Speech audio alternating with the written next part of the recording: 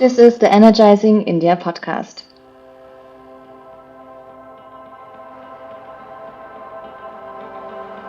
Welcome to the Energizing India podcast, a program that focuses on the energy transition sector, particularly hydrogen and electric vehicle mobility. Hydrogen is considered an energy source, particularly for mobility around the world. Yet hydrogen actually derives from solar or wind or wave energy in its green form and can be more than just mobility. It can be about the energy transition in static energy, decarbonizing large manufacturing processes that require gas in their furnaces, such as steel, cement, paper, and can be about energy independence, particularly for countries like India. So today we change tack and we come back to the hydrogen sector, speaking to Siddharth Mayur, founder and CEO of H2e Power. Siddharth is the founder of H2e Power, a name derived from hydrocarbon to energy, a company which positions itself as India's first green energy, electrolyzer and fuel cell company, with operations in India, Germany and the United States of America. Siddharth, welcome to the program. Thank you, Ravin.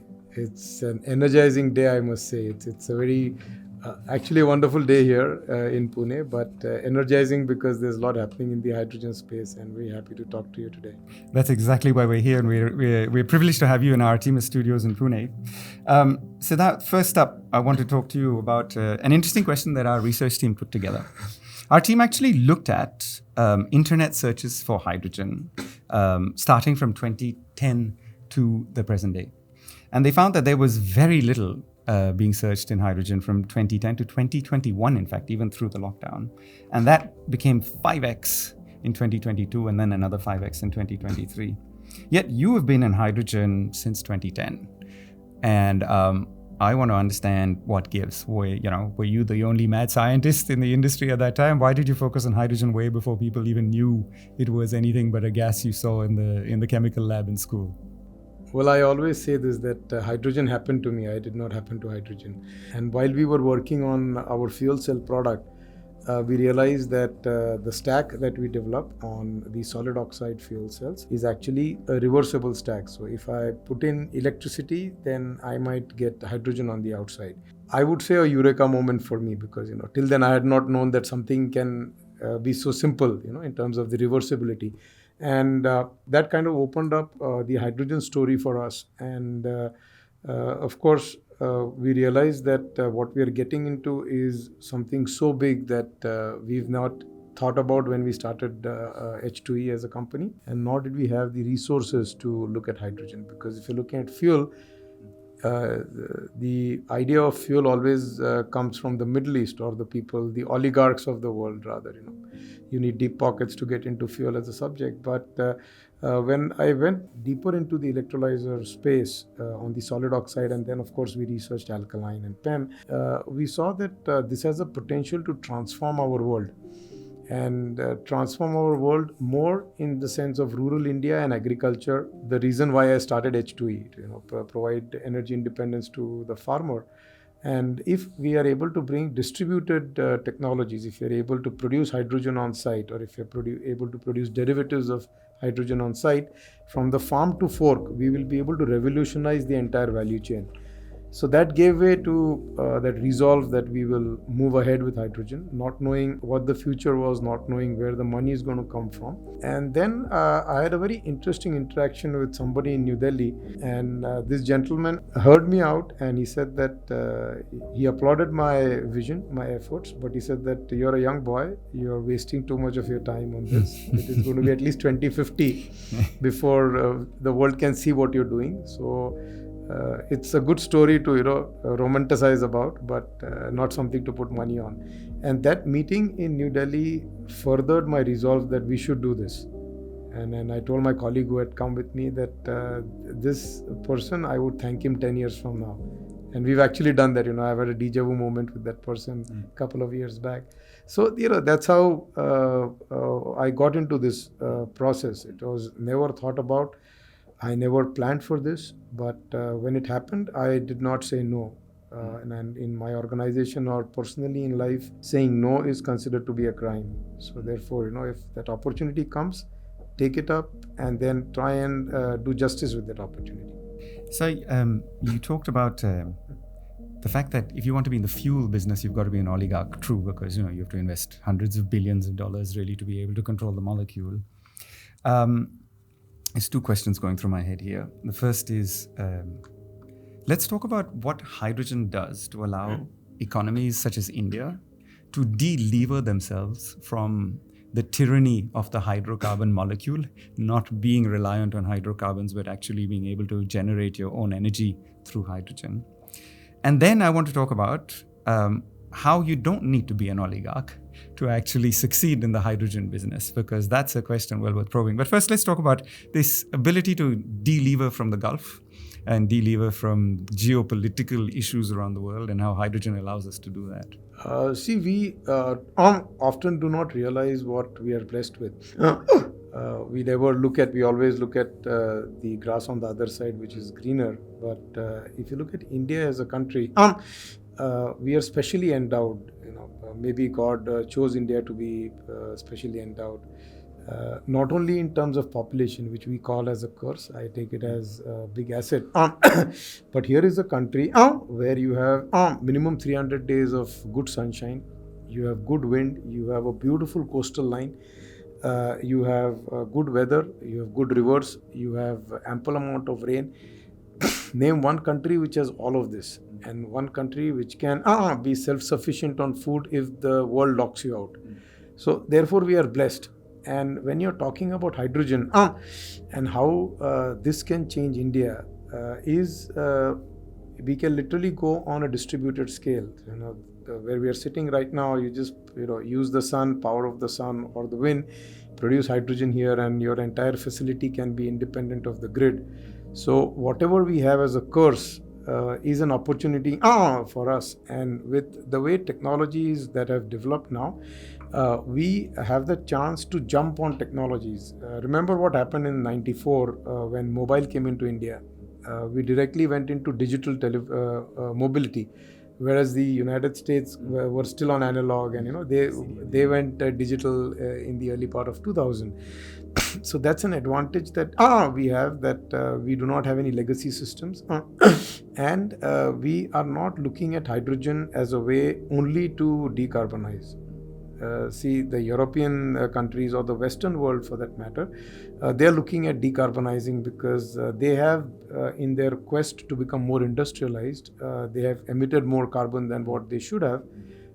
Probably they were not so aware of at that point in time, but now that awareness has come, they are investing into technologies. But in India, it is more the bread and butter, not the icing on the cake or the cheese. So we are looking at growing as a country. Our per capita energy consumption is 2.4 kWh per capita in urban, and about 0.7 per capita in rural. And the world average is about 5. So if I am to be a 5 trillion economy, or even closer to 5 trillion, we need to consume at least 4 kilowatt hour of electricity. How do you do that? So either you burn a lot of coal, or then you look at the renewable technologies. And again, renewable technologies are not 24/7. So coming back to the vision statement with which I started my work is to provide 24/7 clean, green, reliable, and affordable energy for all. And hydrogen is that one molecule which is able to deliver that on a distributed scale. So you can have a single home, you can have a factory, you can have a farm. Everybody can deploy these technologies without relying on the grid. And that's why I think hydrogen will play a major role in transformation of India from a developing country to a developed country. So let's talk a little bit about the use case for hydrogen, because, for the benefit of most of our listeners who have seen discussions about electric vehicles, here we're talking beyond just mobility. Of course, there is a mobility application for hydrogen, and it's probably related to your own use case on distance travel and things like that. But beyond mobility, hydrogen can be used for many things. And you've talked about disconnected, off-grid, small communities, which I'll get to next. But can you talk a little bit about what are the applications for hydrogen in the energy mix? I think the first application that comes to mind, other than the distributed microgrids or mini grids that I spoke about, is using hydrogen as a basic building block to build a lot of biofuels. So, we're talking about this grand biofuel alliance that was launched at the sidelines of G20 in New Delhi a couple of weeks back. So hydrogen and carbon, they are the basic building blocks. So if I am able to capture carbon, which is available in plenty in India, and if green hydrogen is also part of the play, we will be able to provide biofuels, especially to the hard-to-abate industries like aviation or shipping, or even the industries like cement or steel that you mentioned earlier. And this, I think, is a game changer in that sense, which bringing to your question on how do we get ourselves more and more independent, how do we stop our vulnerability on the global fuel story. So this is important. The other part, of course, is the farm to fork value chain, which in my opinion is a very, very important value chain for India and also for the world. I'll just throw in some numbers. We talk about 118 million farmers who have land holdings less than 2 hectares. And if these become productive, they can produce food grain which is equivalent to 2 times what the world needs. So we're talking about a revolution of sorts. But today they are very vulnerable and they are also not productive because of their energy story. And if we are able to solve this energy puzzle for them, we are talking about not only saving on water, we are talking about increasing the soil fertility, we are talking about increasing productivity. We are talking about 118 million small-scale enterprises getting developed in this country. Just imagine what revolution that can happen. So this is another very important use case. So bringing all of this together, it is the microgrid. End of the day, whether you look at producing biofuels or you look at producing electricity, it is these microgrids that we hybridize either with a solar battery and a fuel cell using hydrogen, or using a biogas, or using a methanol, or using kerosene. All of these derived out of hydrogen as the base. That's how I see things moving. So, Sid, we've talked about delevering India in independence, energy independence. Let's talk a little bit about techs. You did mention alkaline, PEM, SOEC. There's also AEM. You've in fact done all of the techs. So there's one company that's done everything. You've done it all. For the benefit of our listeners, can we go over a high-level description of what these different technologies are and what's the best use case application for each of these technologies? Let me use a different example. There is a grandfather in the house, there is a father in the house, and there's a new kid on the block. So we start with alkaline, which is the grandfather of technologies, and therefore carrying a wealth of experience, just like a grandfather, and therefore the most inexpensive. That's how that generation also was. But because of age, they also become more and more ineffective in terms of the performance, in terms of the time that they can provide. So efficiency-wise, alkaline is the least. Experience and cost-wise, it is the best. Then we get into the PEM family. So PEM is a technology which covers up a lot of defects. I would not use the word defects, but a lot of pitfalls that alkaline technology had in terms of the space, in terms of the efficacy or efficiencies. And that became the emerging technology of the last 10 years or 12 years, you could say. And then it is the new age. So, the new kids on the block belong to the alkaline family. So what people also did was, innovators in the world, they genetically cloned the PEM and alkaline technologies, and they produced a child which is AEM. So you're basically taking best of alkaline, best of PEM without using the platinum or iridium, for instance, and produce a technology which can take care of dynamic requirements. Starting from a small 1 kg per day going up to several tons. And within the alkaline family, there is another new entrant, which is AMSE, which is alkaline membrane solid electrolyzer. I would call AEM and AMSC kind of twins. They're just born 10 seconds after each other. So both of them are similar. They take a lot from the parent, the alkaline basic technology. And both of them are a big challenger to PEM, I would say, in terms of the future that they hold. And once they industrialize, we will see where they go on the cost. At least as far as my research goes, they will be able to match alkaline or maybe better alkaline even on the capex side. And the last is the solid oxide electrolyzer, which is the most expensive kid on the block. So, the last child in the house always is very expensive. So the expensive. Are you the last? Yes, I am. So expensive kid, but very, very efficient. So you're looking at 90% plus efficiencies, and the material that is used in a solid oxide gives it that edge or that potential to become very, very inexpensive. So if you're looking at the future, you're looking at 3-4 years down the road, I wouldn't be surprised if we are able to produce a solid oxide electrolyzer in the 10% cost vicinity of alkaline. And the day we are able to do that, we will be talking about a big disruption in the space. However, I would still maintain that there is no technology which is the holy grail of the electrolyzer space, because every technology is good for a particular application. If you look at applications where space is not a problem, the alkaline technologies can work very well. There are technologies where you need smaller numbers or you need distributed scale, so the AEM can come in. You look at technologies where you're looking at co-electrolysis. There the solid oxide is the only technology doing that to produce syngas, or to have a base load where you need higher efficiencies. So I think it is an evolutionary process. The reason we also invested in all the 4 technologies is because we wanted to serve the customers. And I always say that saying no is a crime. So you cannot tell the customer, I do not have this, nor do you want to load a customer with a technology which is not relevant to them. So right now, let us give them what they would need, and in the next 3-4 years, whichever technology survives or whichever prospers, we will already be in the game. So that was kind of a mixed bag strategy. And there's another area which is the waste to hydrogen. So that's again something people don't like to talk about garbage.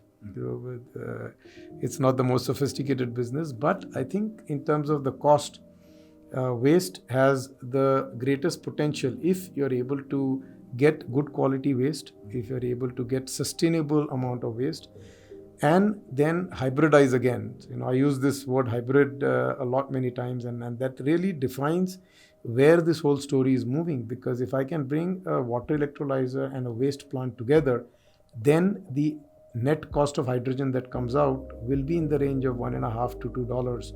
And that will be very aggressive. So with the water electrolysis, you are able to give a sustainable product where you're not relying on a third party, that is the waste. And in terms of waste, you're able to give something really cheap. And if you look at the population of India, on an average, urban Indian produces at least 5 kgs of waste. You're talking about 140 crore Indians. Just imagine the amount of hydrogen or amount of biofuel that we can produce. So these 2 technologies, if you don't consider them as competitors and actually work with them, we will be able to bring out a very aggressive product in the market. So waste generating energy to split water into hydrogen. Exactly.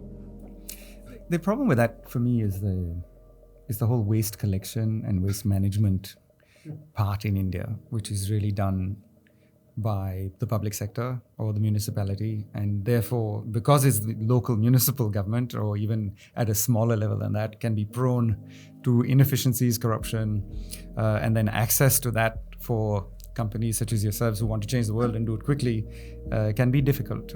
How do you see that evolving? Because really you need, to get anything done, you need to start at the policy level, right? And then policy, regulation, finally capital investment, and then the change. So that policy level needed to change 70 years ago. It's quite a big ask. I think the policies are changing. Of course, not at the speed at which we would desire them to change, but at least the will of the policymakers is in the right place. I would, give credit on that. The implementation always is the big challenge. But what is happening now is the model of public-private partnerships, and even for these municipalities who are more than happy if you take the waste that they have, because that is becoming an eyesore. And in the Twitter world that we live in, anybody sees anything on the road, and there is a picture and that goes viral, or the WhatsApp university, or whatever the social medias. So that is playing an important role for the policymakers also to be very alert. Because end of the day, they have to go ask votes every 5 years any which ways. And the population that is the highest population in the voting age is the young population. And they need results as on yesterday or maybe day before yesterday. Unlike the generation of our parents or even our generation, we are still okay with things taking time. If you have garbage lying, we've got a lot of patience, and sometimes that works against us.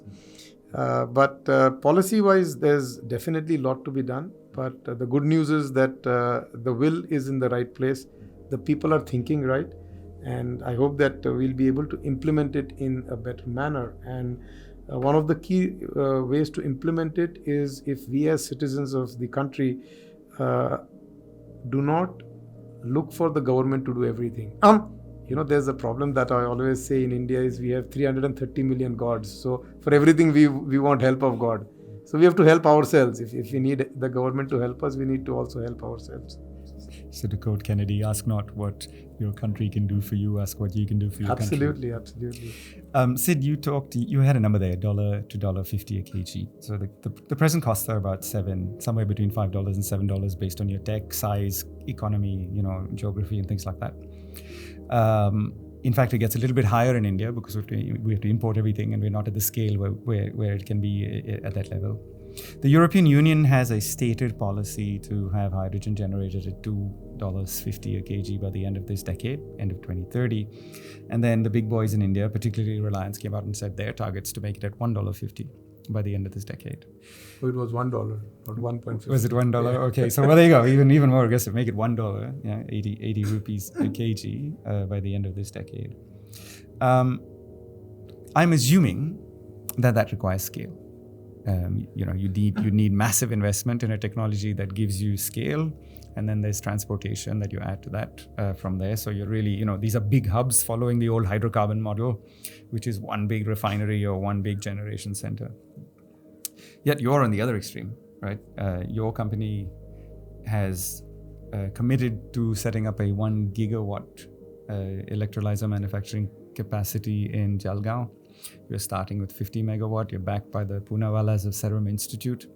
But there are two complete ends of the spectrum. You've got this massive big boy scale of the Adanis and Ambanis heading for $1. And then you've got entrepreneurs such as yourselves with passion, drive, vision, and a willingness to make things happen, but at a completely different scale, disconnected, small scale, off-grid.